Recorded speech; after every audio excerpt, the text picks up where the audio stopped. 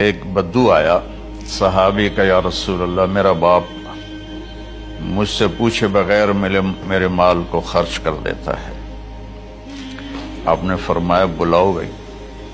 جب اسے پتہ چلا کہ میرے بچے نے میری شکایت کی ہے تو اسے بڑا دکھ ہوا،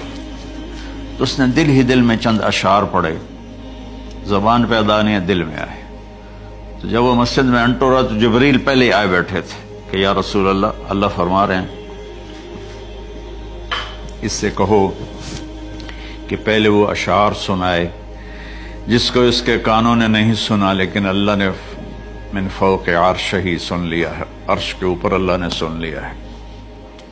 تو آپ نے اس سے ارشاد فرمایا کہ تمہاری بات ہم سنتے ہیں باپ بیٹے کی، لیکن پہلے وہ شعر سناؤ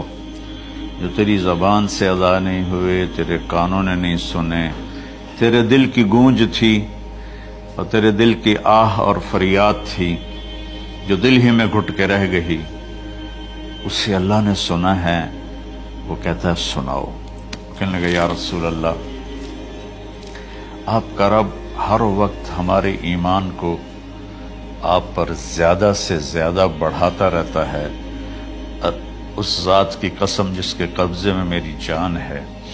یہ چند میرے دکھ بھرے خیالات الفاظ کی شکل میں ڈھلے، لیکن میری بزم تصور میں ہی رہے اور وہیں دفن ہو گئے، باہر نہیں نکلے، میری زبان سے ادا نہیں ہوئے، میرے کانوں نے نہیں سنا، آپ کے رب نے سن لیا۔ اب نے کہا اچھا بتاؤ تو نے کہا کیا تھا؟ وہ کہتا ہے میرے بیٹے، جس دن تو پیدا ہوا ہم نے اپنے لیے جینا چھوڑ دیا،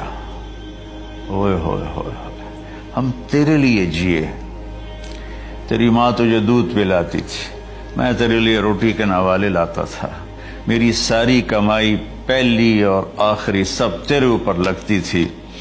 تجھے خوش دیکھتے تھے تو خوش ہوتے تھے، تجھے روتا دیکھتے تھے تو ہم روتے تھے۔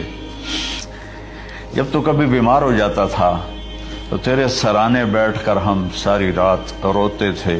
اور دعائیں کرتے تھے، یا اللہ ہمارے بچے کو بچا لے، ہمارے بچے کو صحت دے دے۔ اس تڑپ میں ساری رات میں جاگتا تھا، تیرے لیے میں نے اپنا سب کچھ لگا دیا، اپنے لیے جینا چھوڑ دیا، اپنی خواہشات کو دبایا، تیری ہر خواہش کو پورا کیا، تجھے مسکرانے کے لیے، تجھے ہنسانے کے لیے میں دھکے دھوڑے کھاتا رہا، کبھی گرمی لو کی جھلسا دینے والی ریت اور کبھی سردی کے سرد ہوا کے تھپیڑے، لیکن میں ان دونوں سے گزرتا ہوا تجھے پالنے کی خاطر اپنے آپ کو کھپاتا رہا۔ بیٹا میں نے اپنے ہڈیوں کا رس بھی تیرے اندر ڈال دیا، صرف کمائی نہیں، میں نے اپنے ہڈیوں کا رس تیرے اندر ڈالا، میں نے جو کچھ تھا تیرے اوپر قربان کیا۔ تجھے مسکراتا دیکھ کر میں اپنے غم بھولتا تھا، تجھے ہنستا دیکھ کر مجھے دکھ بھول جاتے تھے، اور پھر آہستہ آہستہ آہستہ میری ہڈیوں کا گودا، میری کمائی تیرے اندر گئی اور تو ایک خوبصورت درخت کی طرح بڑھتا چلا گیا، بڑھتا چلا گیا، بڑھتا چلا گیا، بڑھتا چلا گیا، اور میری بڑھاپے نے کمر جھکا دی اور میں جھکتا چلا گیا، جھکتا چلا گیا۔ میرا خیال تھا کہ جیسے میں اس کی انگلی پکڑ کے چلتا تھا، اب میری باری ہے، یہ میری انگلی پکڑ کے چلے گا۔ جیسے میں اسے سینے سے لگاتا تھا، پیار کرتا تھا، جھولے جھلاتا تھا، باغ میں لے جاتا تھا، یہ ساری اس کی تعبیرات کے اندر داخل ہیں، الفاظ میں نہیں ہیں۔ تو مجھے خیال آتا تھا جب میں بوڑھا ہو جاؤں گا نا تو میرا بیٹا بھی مجھے ایسے ہی لے کے پھرے گا، میرا بیٹا بھی میری سنے گا۔ یہ 100 دفعہ پوچھتا تھا یہ کیا ہے، اور میں ہر دفعہ جواب دیتا تھا یہ ہے۔ تو اب میں بوڑھاپے میں اس کی اس سے بات کروں گا، یہ میری بات سنے گا، میں اس کو نوالے کھلاتا تھا، یہ مجھے روٹی کھلائے گا،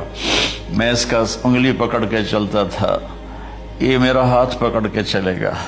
میری کمر بڑھاپے نے جھکا دی اور میں ایک خشک پیڑ کی طرح ہو گیا، اور جوانی نے تیری کمر کو سیدھا کیا اور تو ایک تر و تازہ درخت بن گیا۔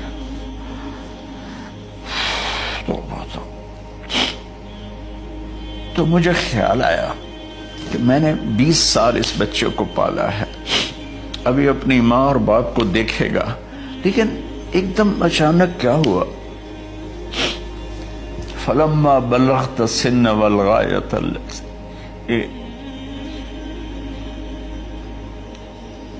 الیہا مدی ما فیک کنت اؤمل، جب تو اس عمر کو پہنچا جس میں ہماری امیدیں تیرے ساتھ لگ گئیں، ہمیں بڑھاپے نے بے آسرا کر دیا اور تیری جوانی نے تجھے ہمت دے دی، تب ہمارا خیال آیا کہ اب یہ ہمارے ساتھ وہی کرے گا جو ہم نے اس کے ساتھ کیا۔ لیکن کیا ہوا؟